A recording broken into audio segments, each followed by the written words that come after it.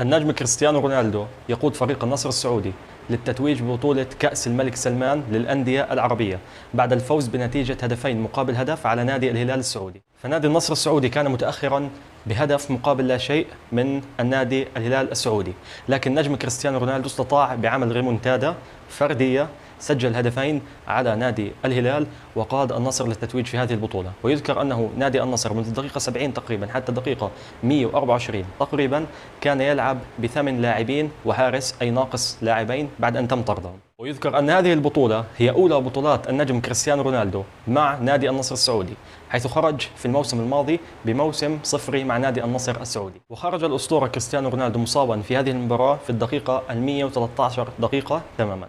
والنجم الخيالي كريستيانو رونالدو ساهم في آخر 5 مباريات مع نادي النصر السعودي بتسجيل 6 أهداف في هذه البطولة، وجميعها تقريبا كانت حاسمة.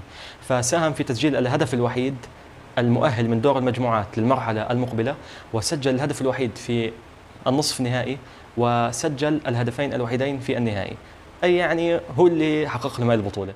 وأيضا الخيالي كريستيانو رونالدو هو هداف هذه البطولة ب6 أهداف. مبارك لكل عشاق الأسطوري الأفضل في التاريخ كريستيانو رونالدو. نلقاكم في الفيديوهات القادمة. السلام عليكم.